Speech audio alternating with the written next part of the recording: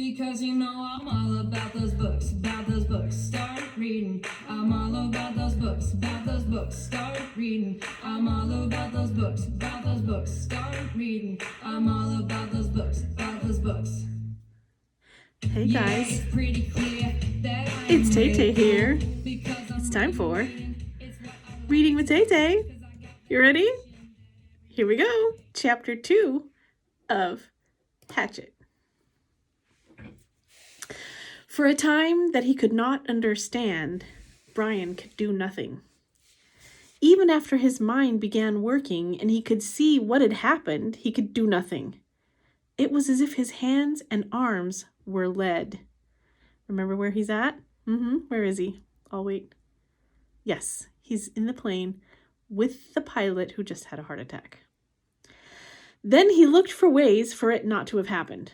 Be asleep, his mind screamed at the pilot. Just be asleep, and your eyes will open now, and your hands will take the controls, and your feet will move the pedals. But it didn't happen. The pilot did not move, except that his head rolled on a neck impossibly loose as the plane hit a small bit of turbulence. The plane. Somehow, the plane was still flying. Seconds had passed, nearly a minute, and the plane flew on as if nothing had happened, and he had to do something. He had to do something, but he didn't know what. Help. He had to help. He stretched one hand toward the pilot, saw that his fingers were trembling, and touched the pilot on the chest. He did not know what to do. He knew there were procedures, that you could do mouth-to-mouth on victims of heart attacks and push their chests, CPR, but he did not know how to do it, and in any case could not do it with the pilot who was sitting up in the seat and still strapped in with his seatbelt. So he touched the pilot on the chest and could feel nothing. No heartbeat, no rise and fall of breathing, which meant that the pilot was almost certainly dead. Please, Brian said, but he did not know what or who to ask. Please. The plane lurched again, hit more turbulence, and Brian felt the nose drop. It didn't dive, but the nose went down slightly, and the down angle increased the speed. And he knew that at this angle, this slight angle down, he would ultimately fly into the trees. He could see them ahead on the horizon, where before he could see only sky. He had to fly it somehow. Had to fly the plane. He had to help himself. The pilot was gone, beyond anything he could do. He had to try and fly the plane. He turned back in the seat. Facing the front, and put his hands, still trembling, on the control wheel. His feet gently on the rudder pedals. You pulled back on the stick to raise the plane. He knew that from reading. You always pulled back on the wheel. He gave it a tug, and it slid back toward him easily. Too easily. The plane, with the increased speed from the tilt down, swooped eagerly up and drove Brian's stomach down. He pushed the wheel back in, went too far again this time, and the plane's nose went below the horizon. And the engine speed increased with the shallow dive. Too much. He pulled back again, more gently this time, and the nose floated up again. Not too far, but not as violently as before. Then bit down. Too far, but not as violently as before. Then down a bit too much, and up again as before.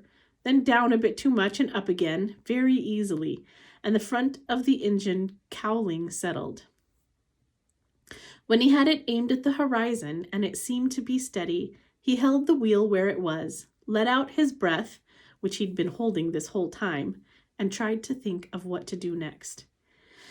It was a clear blue sky day with fluffy bits of clouds here and there, and he looked out the window for a moment, hoping to see something, a town or a village, but there was nothing. Just the green of the trees, endless green, and lakes scattered more and more thickly as the plane flew. Where? He was flying but did not know where, had no idea where he was going. He looked at the dashboard of the plane, studied the dials, and hoped to get some help, hoped to find a compass. But it was also confusing, a jumble of numbers and lights. One lighted display in the top center of the dashboard said the number 342. Another next to it said 22. Down beneath that were dials with lines that seemed to indicate what the winds were doing, tipping or moving, and one dial with a needle pointing to the number 70, which he thought, only thought, might be the altimeter. The device that told him his height above the ground, or above sea level. Somewhere he had read something about altimeters, but he couldn't remember what or where or anything about them. Slightly to the left and below the altimeter, he saw a small rectangular panel with a lighted dial and two knobs. His eyes had passed it over 2 or 3 times before he saw what was written in tiny letters on top of the panel. What do you think it is? Transmitter 221 was stamped in the metal, and it hit him, finally, that this was the radio. The radio, of course, he had to use the radio. When the pilot had been hit that way, he couldn't bring himself to say that the pilot was dead, couldn't think it, but he had been trying to use the radio. Brian looked at the pilot. The headset was still on his head, turned sideways a bit from his jamming back into the seat. The microphone switch was clipped onto his belt. Brian had to get the headset from the pilot, had to reach over and get the headset from the pilot, or he would not be able to use the radio to call for help. He had to reach over. His hands began trembling again. He didn't want to touch the pilot, didn't want to reach for him, but he had to get the radio. He lifted his hands from the wheel just slightly and held them, waiting to see what would happen. The plane flew on normally, smoothly. All right, he thought. Now to do this thing. He turned and reached for the headset, slid it from the pilot's head, one eye on the plane, waiting for it to dive. The headset came easily, but the microphone switch at the pilot's belt was jammed in, and he had to pull to get it loose. When he pulled, his elbow bumped the wheel and pushed it in, and the plane started down in a shallow dive. Brian grabbed the wheel and pulled it back, too hard again, and the plane went through another series of stomach-wrenching swoops up and down before he could get it under control. When things had settled again, he pulled at the mic cord once more, and at last jerked the cord free. It took him another second or two to place the headset on his own head and position the small microphone tube in front of his mouth. He had seen the pilot use it, had seen him depress the switch at his belt, so Brian pushed the switch in and blew into the mic. He heard the sound of his breath in the headset. "Hello? Is there anybody listening on this? Hello?" He repeated it 2 or 3 times and then waited, but heard nothing except his own breathing. Panic came then.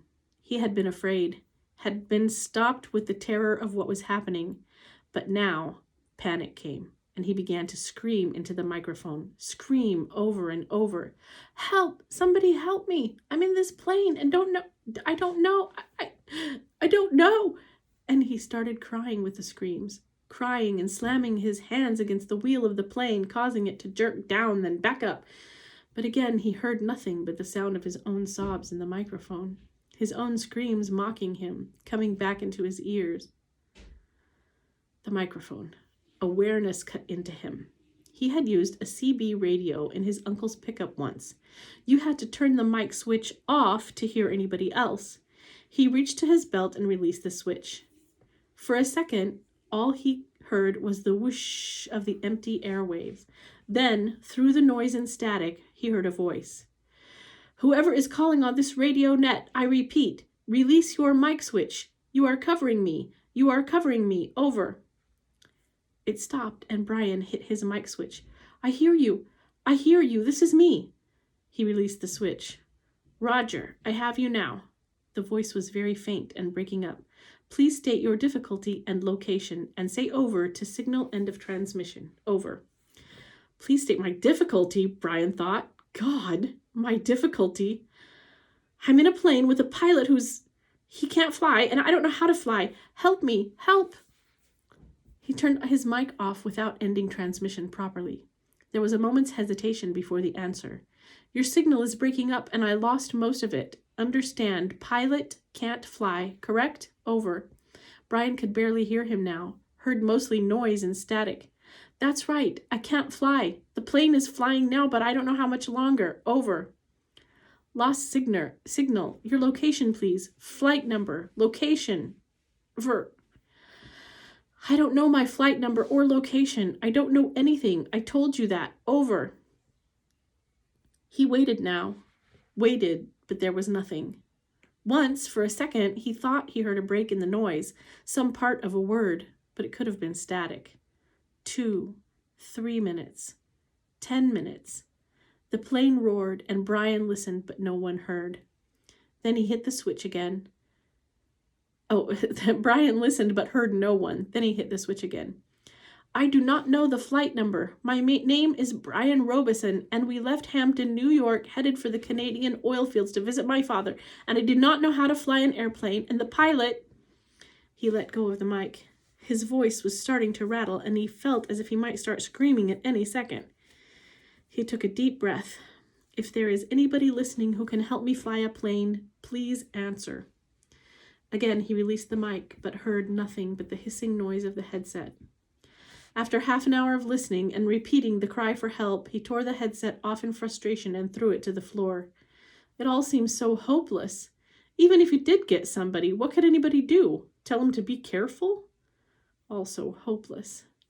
He tried to figure out the dials again. He thought he might know which was speed. It was a lighted number that read 160, but he didn't know if that was actual miles per hour or kilometers, or if it just meant how fast the plane was moving through the air and not over the ground. He knew airspeed was different from ground speed, but not by how much.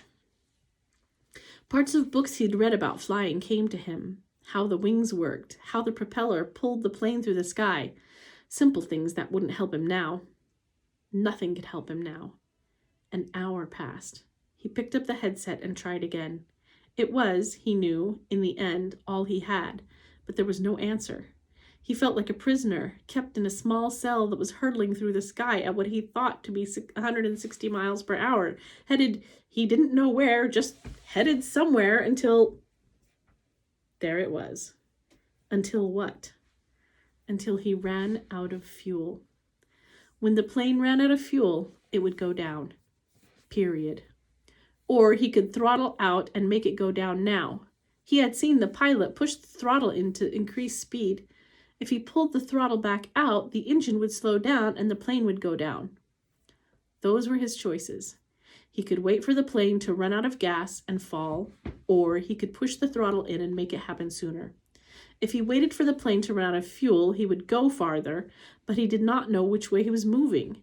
When the pilot had jerked, he had moved the plane, but Brian could not remember how much or if it had come back to its original course. Since he didn't know the original course anyway, and could only guess at which display might be the compass, the one reading 342, he didn't know where he had been or where he was going, so it didn't make much difference if he went down now or waited. Everything in him rebelled against stopping the engine and falling now. He had a vague feeling that he was wrong to keep heading as the plane was heading, a feeling that he might be going off in the wrong direction, but he couldn't bring himself to stop the engine and fall. Now he was safe, or safer than if he went down. The plane was flying. He was still breathing. But when the engine stopped, he would go down. So he left the plane running, holding altitude, and kept trying the radio. He worked out a system. Every 10 minutes, by the small clock built into the dashboard, he tried to radio with a simple message. I need help. Is there anybody listening to me? In the times between transmissions, he tried to prepare himself for what he knew was coming. When he ran out of fuel, the plane would start down. He guessed that without the propeller pulling, he would have to push the nose down to keep the plane flying. He thought he may have read that somewhere, or it just came to him. Either way, it made sense. He would have to push the nose down to keep flying speed, and then, just before he hit, he would have to pull the nose back up to slow the plane as much as possible. It made sense. Glide down, then slow the plane and hit. Hit. He would have to find a clearing as he went down. The problem with that was that he hadn't seen one clearing since they'd started flying over the forest. Some swamps, but they had trees scattered through them. No roads, no trails, no clearings. Just the lakes, and it came to him that he would have to use a lake for landing. If he went down in the trees, he was certain to die. The trees would tear the plane to pieces as it went into them. He would have to come down in a lake. No, on the edge of a lake. He would have to come down near the edge of a lake and try to slow the plane as much as possible just before he hit the water. Easy to say, he thought. Hard to do. Easy say, hard do. Easy say, hard do. It became a chant that beat with the engine. Easy say, hard do. Impossible to do. He repeated the radio call 17 times at 10-minute intervals, working on what he would do between transmissions. Once more, he reached over to the pilot and touched him on the face, but the skin was cold, hard cold, death cold, and Brian turned back to the dashboard. He did what he could, tightened his seatbelt, positioned himself, rehearsed mentally again and again what his procedure should be. When the plane ran out of gas, he should hold the nose down and head for the nearest lake and try to fly the plane kind of onto the water. That's how he thought of it, kind of fly the plane into the water. And just before it hit, he should pull back on the wheel and slow the plane to reduce the impact. Over and over, his mind ran the picture of how it would go. The plane running out of gas, flying the plane onto the water, the crash. From pictures he'd seen on television, he tried to visualize it. He tried to be ready. But between the 17th and 18th radio transmissions, without warning, the engine coughed, roared violently for a second, and died. There was a sudden silence, cut only by the sound of the wind-milling propeller and the wind past the cockpit. Brian pushed the nose of the plane down and threw up. That's the end of chapter 2.